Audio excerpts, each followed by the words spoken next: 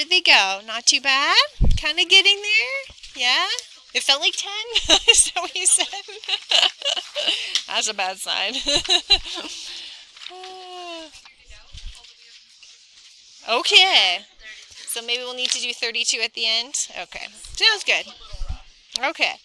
Well, let's go ahead and pick up where we left off. So we're going to do one here with some limits. If I have it. Can get there. There we are. There. We're almost there. Okay. Here we are. Okay, so let's kind of do some more of these trig substitution problems. See how far we get here. Get rid of that one. Got it. Here we go. Okay, so we did 2 last time. We haven't done one with limits yet. So we're going to look at how we do one here with limits. I'm going to show you how you can change them, which can be advantageous here so we don't have to go back to x values, because that does kind of create a problem where you got to set up those the right triangle and kind of set that up. So let's go ahead and look at this one. So this is the integral from 0 to 0.6 of x squared over the square root of 9 minus 25x squared. Okay, so the other thing in this one is we haven't really seen this where there's been a constant in front of x squared. So when you see that, you're going to have to think about the trig substitution you want to do. Now normally if we have a constant minus x squared, do you know what trig function we substitute? Was it sine, tangent, or secant? The sine, right? So we want to use sine. But here's what I want you to think of the constant as. So normally you might think of using 3 sine of theta. Okay, because here the constant a squared you're thinking is 9. But here's what I want you to think. Really, you need to make sure this x squared doesn't necessarily have a constant in front. So what we would do is kind of divide them both by 25 to kind of make 9/25 minus x squared. So now you want to think of this as your a squared. Okay, so the 9/25 is sort of what you're thinking of as your a squared. So when we go to make the substitution, I'm going to use sine. But if my a squared is 9/25, what would a be? What would I use as my constant? 3/5. So that's how you want to think about that, 3/5 sine of theta. Okay, so if there is a constant in front, think about dividing that and making that part of your a. So if that's the case, then what's your dx going to be? If it's 3/5 sine of theta, you should get, yeah, 3/5 cosine of theta d theta, right? So you've always got to find your dx because that needs to be substituted as well.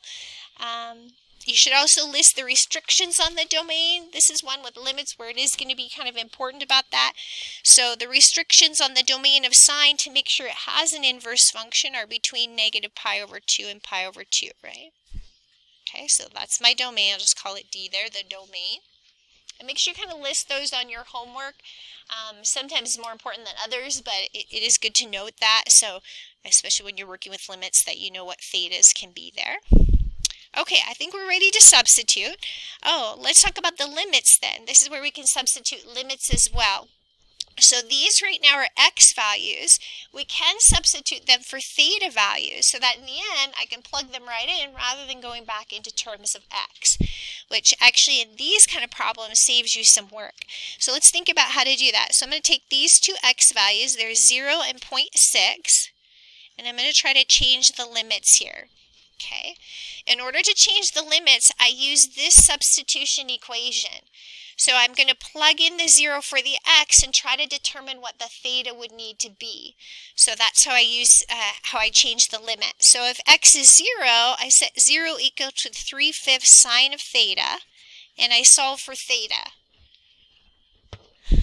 So how do we solve for theta?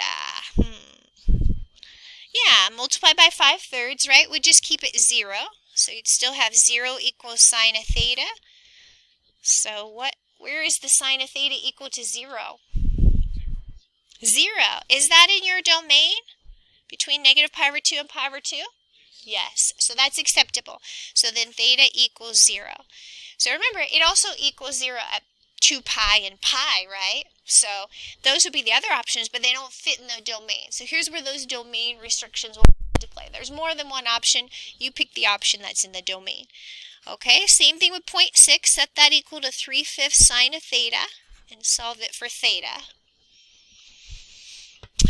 this time if we divide by 3/5 or times by 5/3, what's 5/3 and 0.6? Do you know what their relationship is? They're equal. Yeah, those are equal. So if you divide by 3/5, you'll get 1 equals sine of theta. So what does theta have to be then? Where is the sine equal to 1? Pi over 2. Is that in our domain? Yes, it is, because here it can be equal to pi over 2, so that is an option there. So now my thetas are 0 and pi over 2. So and this is actually the only place it is between 0 and 2 pi, so you don't really have too many other options there. Okay, so let's go ahead and make our substitutions. So let's set up our new integral. Now these are my new limits. I'm going to go from 0 to pi over 2. Those are the new theta limits. X squared, what am I going to put in for x squared? 9/25, yep, and then a sine squared theta, good. So I replace the x squared. Under the square root, I'm going to have 9 minus 25, and then there's the x squared again, right? Which is that 9/25 sine squared theta. And then do I just write d theta here? D theta? That's always what I'm tempted to do. It's not d theta, right? What goes in for dx? Yeah, 3/5 cosine theta d theta. So don't forget that part is going to be 3/5 cosine theta d theta. So dx does have a substitution with some trig function usually. So that'll be 3/5 cosine of theta d theta. Now let's hopefully then we get something we can integrate, right? So let's see. Now notice here why I put in 9/25, why I use 3/5, because now the 25ths cancel, right? And then you're able to factor out the 9. So it does create this perfect square. So that's why I need that there. I couldn't use just 3. I need 3/5 on that one. So let's see what we'll have. So I'll have 9/25. I've got sine squared theta. I'm just going to keep this for now and simplify the denominator first. So what will the denominator simplify to? You can pull up a 9, right? And then you have 1 minus sine squared, which is cosine squared. So what is that all going to simplify to? Yeah, 3 cosine theta. Does that make sense? Okay. So factor out the 9. 1 minus sine squared is cosine squared. Take the square root, and you'll have 3 cosine theta. Okay, I like it so far because what's going to cancel now? Looks like the cosine, right? What else? Any other constants I can get rid of? Yeah, I think the 3's go away, but not the 5, right? Basically, going to have to combine that to make 9 1/25, I guess. So 9/25 times 5 is 9 1/25. I'll pull that out front. And all I'm left with then is sine squared theta d theta. Okay. Is that a good thing? Can I integrate sine squared? Not yet, but we know how, right? What do we got to do? Power reducing, right? So we just use the power reducing, and then we should be able to integrate from there. So power reducing on sine squared is 1/2, right? What's the sign? 1 minus cosine, right, of 2 theta, d theta. I have to start a new paper down under here to have some more room. Okay, so 9 1/25, I'll pull out the half, and that makes it 9 2/50. That's a weird fraction, but there we go, 9 over 250. And then we just have the 1 minus cosine of 2 theta, and we should be able to integrate that. So that becomes, when I integrate, what do I get from the 1? I should get theta. If I integrate cosine, I should get sine of 2 theta over 2, right? Don't forget the 2, right? So derivative of this, you're going to divide by that. So sine of 2 theta over 2, and then I've got my limits from 0 to 2 pi. So can I go ahead and plug in 0 and pi over 2? I should say 0 and pi over 2. Can I? Or do I have to go back to x? Right, because they're theta values, right? can go right to plugging them in. I don't need to make the triangle and go figure out what the x values are. So that's why in trig substitution it's nice to change your limit. So we'll have 9 2/50. Theta will be pi over 2 minus, what's the sign of 2 pi over 2? Sine of pi, right? What's the sign at pi? 0. So that one's 0, so no need to worry about that one. What about the rest of it? Plug in 0 for theta is also 0, right? And the sign at 0 is 0. Nice. So, this might be the weirdest pi fraction I had, but 9 pi over 500 is what we're left with. So that looks like our final answer there. So 9 pi over 500. Yeah, very, very small. You have to divide it into 500ths. So this is one advantage to change your limits. You do not have to go back to x values. You can plug those in. And I will usually do that in trig substitution, save you a bit of work on the end. In u substitution, sometimes students don't necessarily like that if you get some weird u's. But in trig substitution, this can usually be an advantage to switch those so you don't have to go x values and set up a triangle to figure that out. So I would kind of always make sure I get some nice theta values. Occasionally we get something funky like, where is the sine of theta equal to 3/4? Well, that isn't an exact theta value that I know. So maybe then you might not necessarily change your limits, but anytime there's some nice values we recognize pretty easily, I would definitely change the limits on those. Okay. Any questions on that one? Okay, yeah, Michael? Yeah, you would have to find one within the domain, otherwise you basically say it's undefined. So hopefully it will always be in the domain, otherwise you're going to have an issue.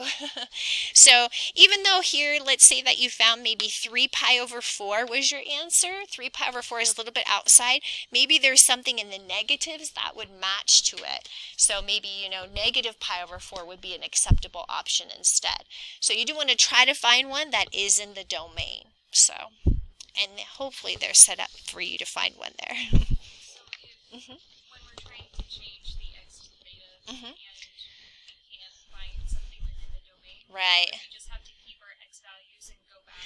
I would maybe do that. So I would say, okay, well this theta seems might be ugly or messy, or I can't find it necessarily, or know the exact value. Then I'll just keep my x limits and go back to those at the end. So, yep. That would be probably what I would do on those. All right, well, let's look at the next one here. This square root of x squared minus 1 over x cubed dx. So think back, if the form is x squared minus a squared, what trig function are we using for trig substitution here? Secant, right? What's the a value? 1. So 1 secant of theta, right? So we'll just use secant of theta, which is great. Set up your dx. Derivative of secant is secant tangent. So you really got those down now, right? Since we use them quite a bit, so that's good. What else do we know about the restrictions on secant? Let's see, they're between 0 and pi over 2, right? This is the weird one. So it uses one little piece from 0 to pi over 2, and then from pi to 3 pi over 2. So that's the domain.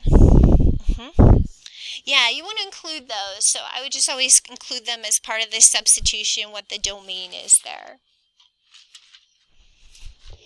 Okay, so let's go ahead and make this substitution. There's no limits to worry about, so we'll go ahead and substitute all the x's in the dx. So we'll have the square root of. So let's plug this in. Maybe I start over here with Taylor. What are we going to have in the numerator there if we do the substitution?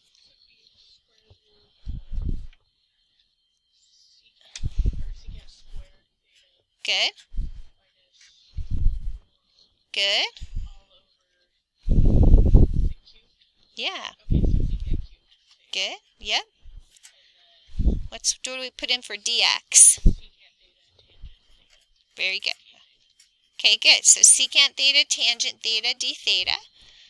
Good, so substitute all the x's. This is nice because there's not a lot of constants to work with, so you're just doing secant squared, secant cubed. This is secant tangent. So then we would try to simplify under the square root usually first and do some canceling if possible, which is usually what we can do if there's some fractions here. So secant squared minus 1. Let's see, Natalie, do you remember what that's going to simplify to? Yep, tangent squared, right? And so that will come out as a tangent, so that looks good. So secant squared minus 1 is tangent squared. And then we'll be able to take that out, and then let's reduce, or combine, or simplify. So that is secant squared, or tangent squared, which comes out as tangent theta. So what do we have left then in our fraction here? Joel, what do you think? What are we going to have left in this one? Yeah, exactly. So one of these secants will cancel, but these we can make into tangent squared. And then on the bottom, secant squared will be left, d theta. Okay, so tangent squared over secant squared. All right, so now what can we do with this so we can integrate it? What can we do? Tangent squared over secant squared.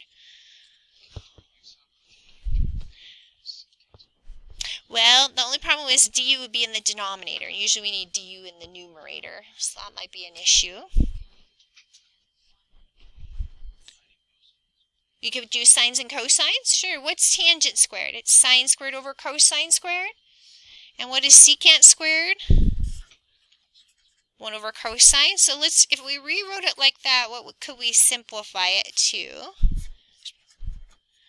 What would cancel out if we wrote it in sines and cosines? Sine squared? Yeah, the cosine should, right? If you multiply by the reciprocal, those cosine squareds are going to go away. And then all we have left is sine squared. That doesn't seem too hard. So let's do that. So now we've got sine squared theta left, d theta. So just saw one kind of similar to that. We can use power reducing, and then we should be good to go. That's a squared right there. Okay, so sine squared is 1/2 1 minus cosine of 2 theta. So pulling the 1/2 out. Angie, what are we going to get when we integrate the 1?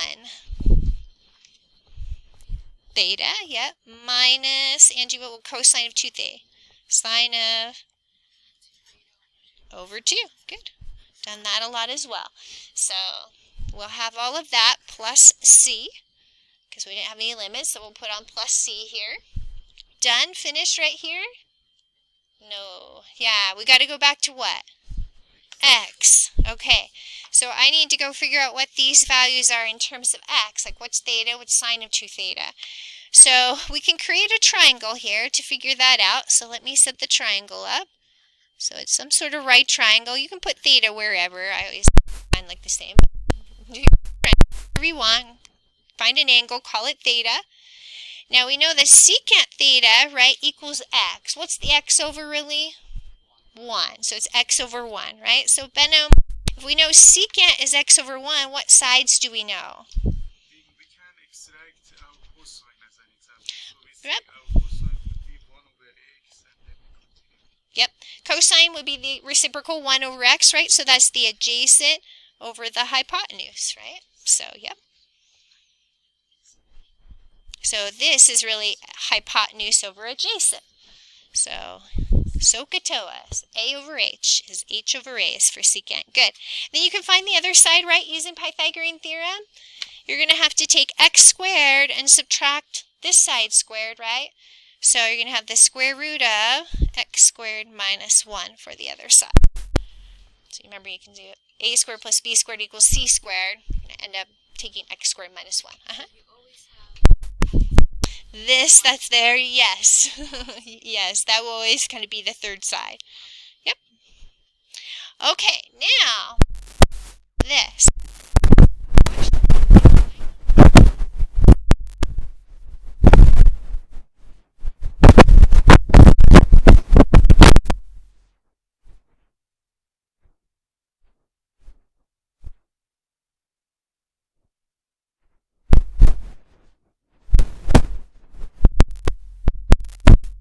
So we got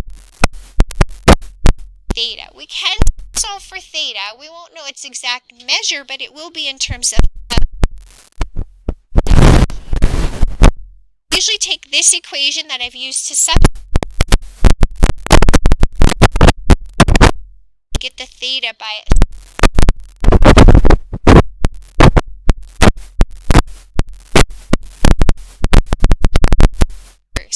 so if we take secant inverse of both sides, I can solve for theta. So secant inverse of secant, right? They're inverse functions. And so theta is secant inverse of x. Ratio necessarily, tangent of theta, cosine of theta. Usually still solve for theta, but it will be in terms of an inverse function. So, but notice it is in terms of x, and that's what we want for our final answer. So I can solve for theta. Now how am I going to find sine of 2 theta? Now that is a ratio, right? Sine is a ratio, but we don't have a triangle for 2 theta, it's only theta. Is there a way to rewrite sine of 2 theta? What do we have for that? What's the sine of 2 theta equal to? 2 sine of theta cosine theta. Now that's something I can work with. So if you end up with something 2 theta, you're probably going to have to use an identity that will bring it down to theta. Now I can find the sine of theta and the cosine of theta from my triangle. So if I can rewrite that in terms of theta, then I'll be able to go find those ratios. Okay, so keep that in mind. You won't know any 2 theta, but if you have an identity, you can get rid of that.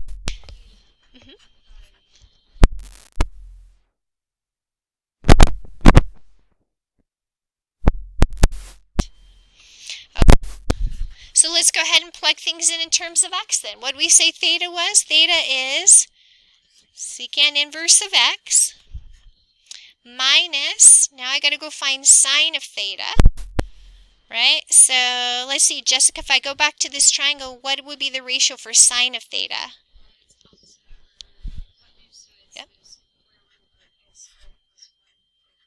Yeah, the square of x squared minus 1 all over x. She's right. Opposite over hypotenuse. We got to put in the cosine. So what would the cosine, Taft, you know what the cosine would be in this triangle? Yep, 1 over x. Perfect. Okay. So times it by the cosine, then plus. And that's your answer in terms of x. Okay? And it is okay to leave the inverse function in there, again, as long as it's in terms of x. And we do tend to just use the substitution equation to use the inverse on. So that's all we'll do there. So I'll just clean this up a bit, make that 1 fraction, but you can distribute the half. But this is really just the square root of x squared minus 1 all over x squared. So that's my final answer. So, sure. Back when you had the sine of 2 theta, could you have just plugged the inverse secant of x into that theta? In for theta, right. It might be a little complicated because then it's sine of secant inverse.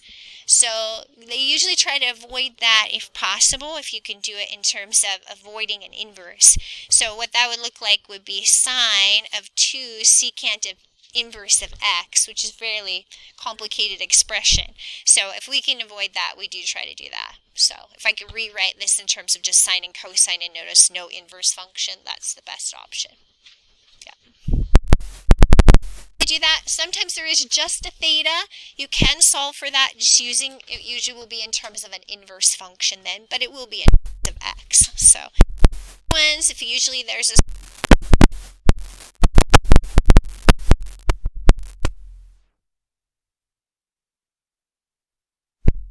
know what to do if you let's do another one here with some limits. This one's going to go from 0 to a. So we're going to use some limits that is a constant here, 0 to a. We'll see if we can change those or not. X squared times the square root of x squared minus, or a squared minus x squared dx. Okay, so let's set this one up, see what we want to use to substitute. And again, usually when we see this square root, constant minus x squared or plus x squared, that's usually a good indication for trig substitution. So if it's in the form a squared minus x squared, what trig function are we going to use there, Austin? Do you know which one? Sine, yeah. And so what will the constant be out front? A, that's right. So we'll use a sine of theta. Good. Okay, so that's the constant here is a, so that's fairly straightforward. A sine of theta dx. Riley, what's our derivative here of a sine of theta? Yeah, a cosine theta with a d theta, right? Our restrictions on sine are from, remember what they are? Pi over 2 to positive pi over 2? Yep. With equals to, right? Sine can be equal to because it doesn't have any asymptotes to worry about, so that's fine. Okay, very good. Now this one has some limits, so let's see if we can change those to some nice theta values.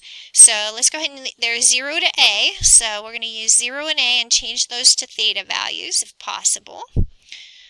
Okay, so when x is 0, remember you use this equation you're using to substitute to plug in the x and solve for theta. So you get 0 equals a sine of theta. Can I solve that for theta? Yeah, sure. What would you do? Divide by a, right, and get 0. Where is the sine of theta equal to 0? 0, yep, which is in our domain. So we've seen that before. When it's equal to 0, theta will be 0. Now what about when it's equal to a? Does that work out pretty nicely? I think so, because what happens when you divide a by a? 1, right? So 1 equals sine of theta. Is that a theta value I could find? Yeah, no problem. What's theta here? Yeah, where's it equal to 1? At pi over 2, right? So at pi over 2 in the middle of your unit circle there. So that's at pi over 2. So those are nice theta values. Change in limits here definitely will be helpful for us. Okay, so new limits are now 0 to pi over 2, and we've got these two to substitute. So let's do it. So I'm going to go from 0 to pi over 2. And now let's plug in x squared for each of these, right? So when I plug in x squared, Jeff, what's going to go in for x squared now? What will go in for x squared if we do our substitution? Yeah, a squared sine squared of theta. So you see the square there. It will go in here in the front, and also inside the square root for x squared is a squared sine squared theta. What's going in for dx, Salvador? What's going to go in for that? Just d theta? What's it going to be? It's going to be? Yeah, this right here, the a cosine of theta d theta, right? So don't forget that. And that's usually a little something students might forget is replacing the dx with whatever it is, which is a cosine of theta. Okay, so let's see if I can do any sort of simplifying here. Definitely out of the square root I can, right? So let's see what I can take out there. Out of the square root, what's coming out of there? A squared and 1 minus sine squared, which is cosine squared. So when I take this square root, it should just be a cosine of theta, right?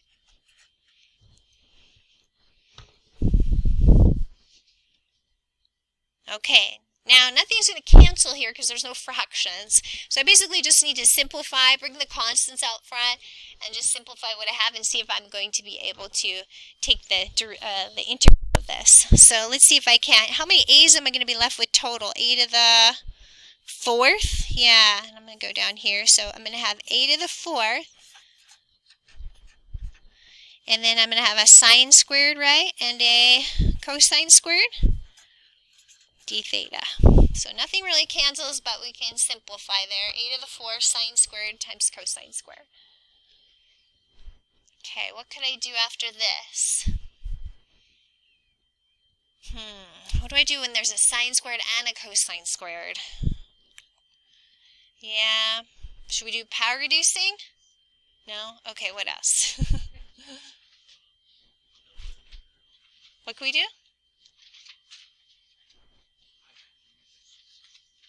Pythagorean. If you did like 1 minus cosine squared here, then you distribute and still have cosine squared minus cosine to the 4th, but we wouldn't have any signs left to make like a u sub. So that might be a problem. Yeah, we're going to have to do some sort of power reducing. Now I could do power reducing on both of them. However, I think there might be one little step that might make it a little bit easier. If I do power reducing, then I can FOIL it out. I still am going to end up with a cosine squared. So I'm not sure if this is going to help me or not. Maybe. We'll see. But what if I put it like as a sine cosine, the whole thing squared? Do we have an identity for sine times cosine?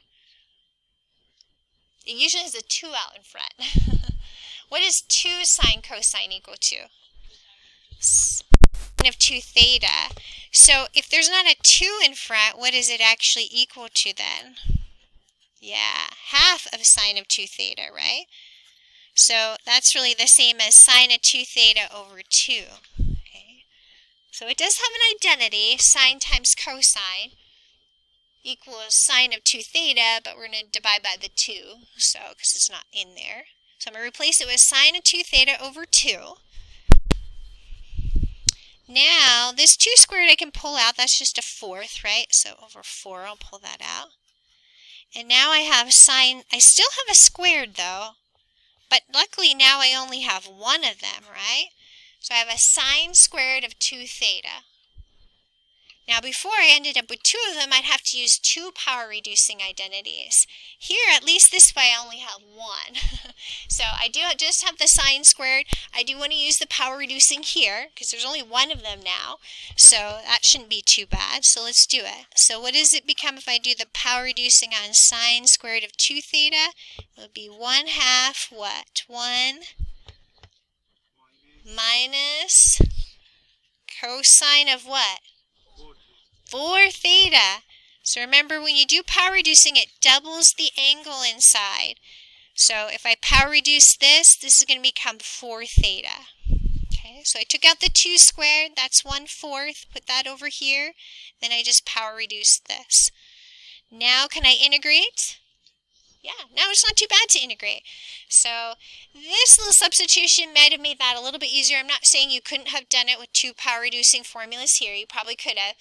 You would just have to probably use the power reducing one more time to get to the place you can integrate it. So that becomes, I'm going to just pull this out, the half as a to the 4th over 8. And then I'll integrate 1 minus cosine of 4 theta. And see what I get. Okay, so let's see, Jonathan, what am I going to get when I integrate the 1? Theta, yep. What about cosine of 4 theta? What will that be?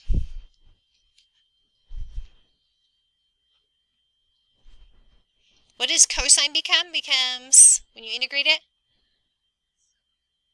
Yeah, the sine, right? Yep, so the sine of 4 theta, and then what will we have to divide by? 4, yep.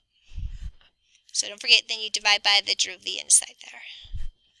And this one now, we do have the limit, which we changed theta values. So we can now just plug in 0 and pi over 2. I don't need to go figure out what x or theta is in terms of x, or sine of 4 theta, which would be hard to get from your triangle. So this would be nice to have these new limits. So let's go ahead and plug those in. So let's see, this will be pi over 2 minus, now what happens when you take sine of 4 pi over 2? That's sine of 2 pi, which is 0. Nice. Sine of 2 pi is 0. When I plug in theta is 0, that's still 0. And what's the sine at 0? 0. I love signs of zeros. So then all we have left is a to the 4th over 8 times pi over 2. Another great fraction. So what do we end up with? Pi a to the 4th all over 16, it looks like. And here a is just a constant, so whatever constant we have made the top limit, we could figure out what the result would be here. So pi a to the 4th over 16. Okay, so another case where changing limits definitely helpful there. Questions on that one? Using that identity definitely helped right up here. Cut down on a little bit of work, but that doesn't mean you couldn't have used the power reducing twice and foiled that out. It would have still worked just a little bit longer. So, okay. Anything else on that one? All right. So I think for time's sake, I might skip F. So we'll skip F and just do the last one here. So I have time to go over number 32. Is that okay? There isn't one exactly like F on your homework anyway, so maybe you don't want to even know about that one. It would require, yeah, exactly.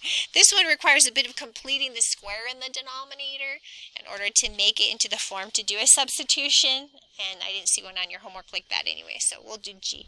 It's more similar to what's on your homework. Okay. I haven't in the past, no. Sure, I'll put it in the notes when I copy them. Sure. Just so you can see what that one is. Okay, so let's do this one. Now, sometimes this one throws students off because they don't see a square root, so they don't automatically think trig substitution. But 3/2, right, that's a form of a square root, right? What is the 3/2 power? It's really the square root of this all to the third power. So when you have these halves or different powers here, you can also use trig substitution in this situation. So let's see what trig sub we're going to do. So when it's x squared minus 1, Nathan, do you remember what kind of trig function we're going to use? Tangent, secant, or sine? Let's see. I think so, because is there an identity for secant squared minus 1? Yeah, that's the tangent squared, so that's the right choice. And what's our a value? A is just 1, so that's right. So secant is the right choice here. 2 to 3. So yeah, those are 2 and 3 right now. Okay, so let's find our derivative then. The dx of secant theta would be secant tangent, yeah. We're going to write down our domain as well here for secant. That's the one that has the two separate pieces, right? 0 to pi over 2 and pi to 3 pi over 2. Okay, now this one does have limits from 2 to 3. So let's see if we can change those so we don't need to worry about x at the end. So let's see. So our two values now are 2 and 3.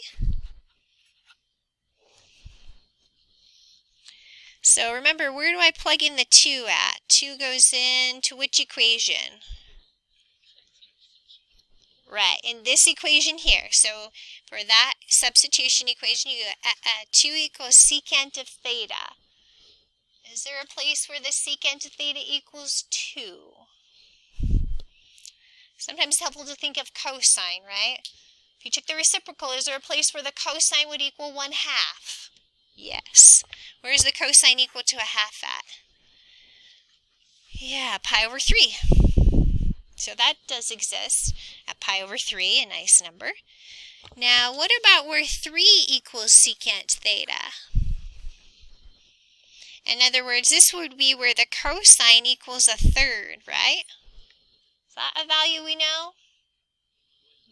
No. You could solve for theta, right? What would theta look like? It would be an inverse, wouldn't it? So if I were to try to solve this, theta would equal like either secant inverse of 3 or cosine inverse of 1/3.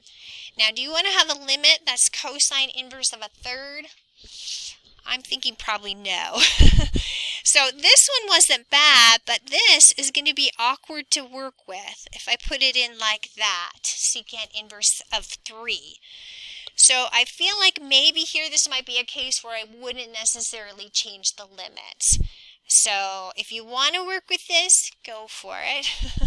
If you don't, then maybe go back to x when you're done and just use the original limits from 2 to 3. They seem like they might be easier to work with. So anyway, you do have those two options. I might choose here not to change the limits. So let's go ahead though and do the substitution on the rest of it. So I won't change the limits for now, but I'll put everything in terms of theta and see if I can solve this. So dx, Kobe, help me with this one if we're going to substitute. What goes in for dx? Good. So secant tangent d theta. And what about for x squared, Kobe? What will that look like? secant squared theta minus 1 to the 3/2. Now the secant squared minus 1, what do we replace that with? Tangent squared, right? So that becomes a tangent squared in the parentheses, and it's to the 3/2 power. What happens when you have something squared and then it's to the 3/2 power? Yeah, they get multiplied together and the squared and the half cancel, and it's tangent cubed. Now I have tangent, secant tangent over tangent cubed.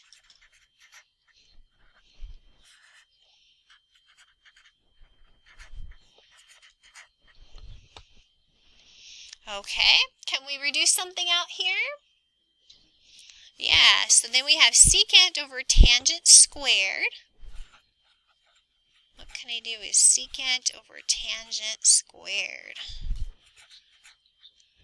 Sines and cosines might be handy here. What would we get for sines and cosines?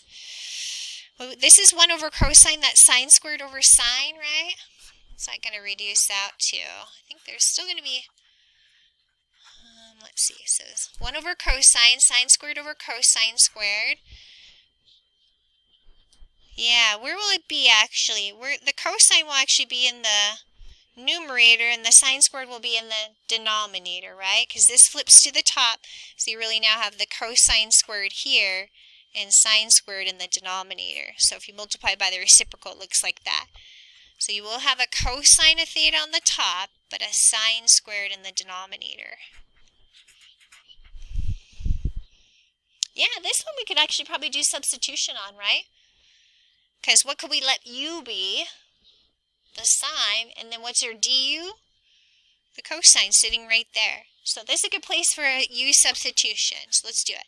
So u is sine, du is that cosine theta.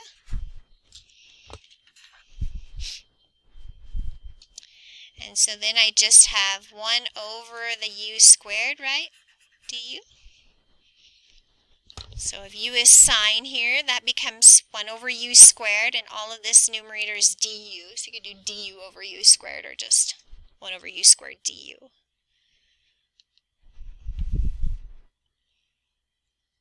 Okay, so now let's integrate, right? Lindsay, do we know how to integrate 1 over u squared?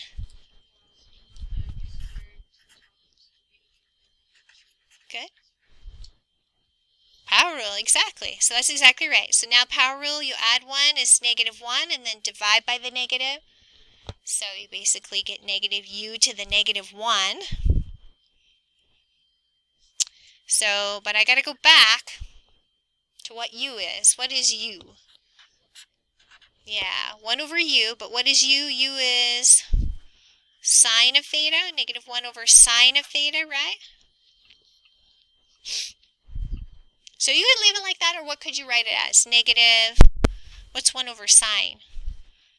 Cosecant theta? So you could write like that too, but either one of those would be correct. Am I okay here now? Yeah. So I could now plug in these limits, but notice I'm going to get a cosecant of secant inverse of 3. I probably want to avoid that because that requires some simplification. So I'm going to go back to x instead. So let's make a little triangle here. That shouldn't be too bad. I could probably find cosecant pretty easily. So here's my theta. What do we know about the sides of secant? They are hypotenuse over adjacent. Actually, this one's very similar to the other triangles we set up, right? So secant is hypotenuse over adjacent. The other side is square root of x squared minus 1. Okay, so going back to x, Clayton, can you tell what the cosecant of theta ratio would be from the triangle? What would that be? Yeah, hypotenuse over opposite, right? So it's usually opposite over hypotenuse for sine, so we switch that, and it's x over the square root of x squared minus 1. So that's not too ugly, and then now I can finally go back to my limits of 2 and 3. Okay. So I think that's a little bit easier than using those limits. So we got it in terms of x. Now we just need to plug in the original x limits from 2 to 3. Might make a few ugly fractions, but we'll have it here. So let's see. So 3 will make negative 3 over 9 minus 1 is the square root of 8. And then minus the negative will make this a plus. 2 over 4 minus 1 is the square root of 3. Now you could circle this, but is anyone sensing maybe we shouldn't leave it like that? What do we not like usually in this type of answer? Yeah, the denominators have those radicals, and we like to try to avoid that. So you may need to rationalize this. In fact, the square root of 8 we could simplify to what? 2 square root 2, right? And then maybe rationalize these out. Do you remember how to rationalize? What do you multiply this one by? Yeah, square root 2 over 2, so it becomes negative 3 square root 2 over 4, right? 2 times square root 4 is 2 times 2 is 4. And the other fraction would become what? 2 square root 3 over 3. Multiply that by square root 3 over square root 3. So it's not a very pretty answer, but there it is rationalized. So you can leave it like that. I know some of you like to get common denominators, like 12, 1, that's fine too. But as long as you've rationalized, I don't require you to get a common denominator, but definitely rationalize that. Okay, so this is maybe one example where you maybe wouldn't want to use the new limits. It seems easier to go back to x here. But the other ones, if you get some nice values, maybe you want to change those limits and kind of go from there. So I think that's it. So you should have all the info you need to kind of finish that homework. Remember, we don't have class Monday, so that's due Tuesday. So a few extra days to work on it, but don't wait too long. You might forget really how to do it. You try this on Monday night. But some people want to see number 32. Am I right about that on the homework? Okay, so let's go through that one. So the attendance is coming around. Just make sure you sign that before you leave. And then if you don't have a question on 32, you're welcome to just leave your homework and go, but I'll go through that one in a minute. So 32, let me find the problem a second here. It was to do the integration by substitution of x squared over x squared plus a squared. There's one with that 3/2 power, right? Okay. Okay. So what'd you use for your x? Was it a, is this the tangent one? A tangent, right? A tangent theta. Dx would be a secant squared theta, d theta. Domain is from negative pi over 2 to pi over 2. And if you did not write your domains on your homework, go back and do it right now so I don't take off a 0.1 for that. Okay. All right, there you go.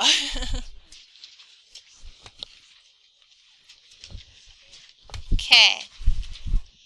We ready to see this one? So this on the top becomes a squared tangent squared theta. No. Yes, a squared tangent squared theta. In the denominator, you get x squared plus a, sorry, let me rewrite the denominator here. That's a squared tangent squared theta plus a squared to the 3/2. And the dx is a secant squared, thank you, theta d theta.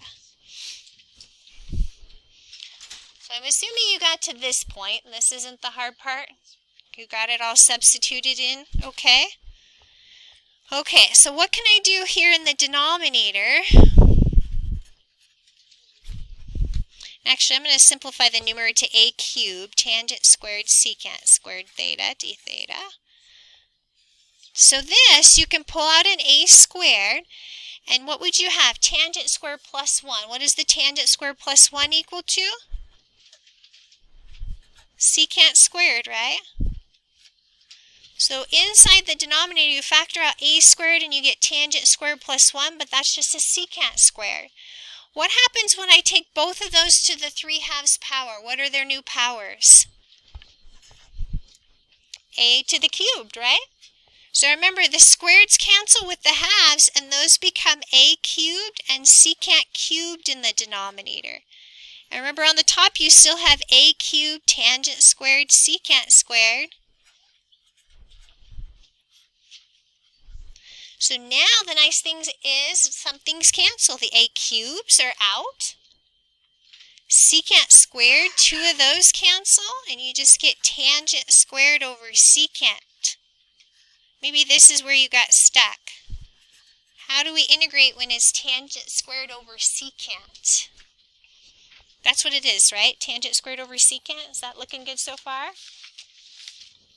What do we know about tangent squared over the secant?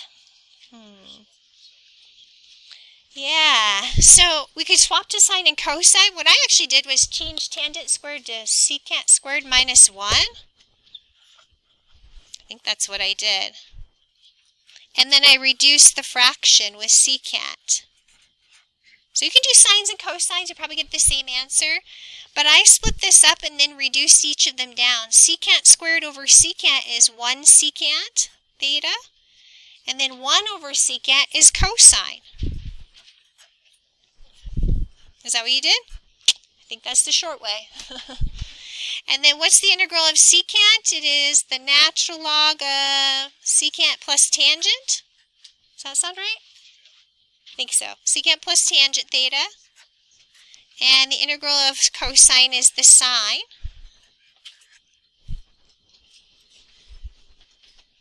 And did you stop here and circle this? I would have liked to. Right, but now, got to go back to x. A good option. That would be a better option. So on this one, the tangent is x over a. And the other side is the square root of x squared plus a squared. So then you just need to put in your ratios. I think secant is hypotenuse over adjacent. So hypotenuse over adjacent. Tangent opposite over adjacent. And sine is opposite over hypotenuse.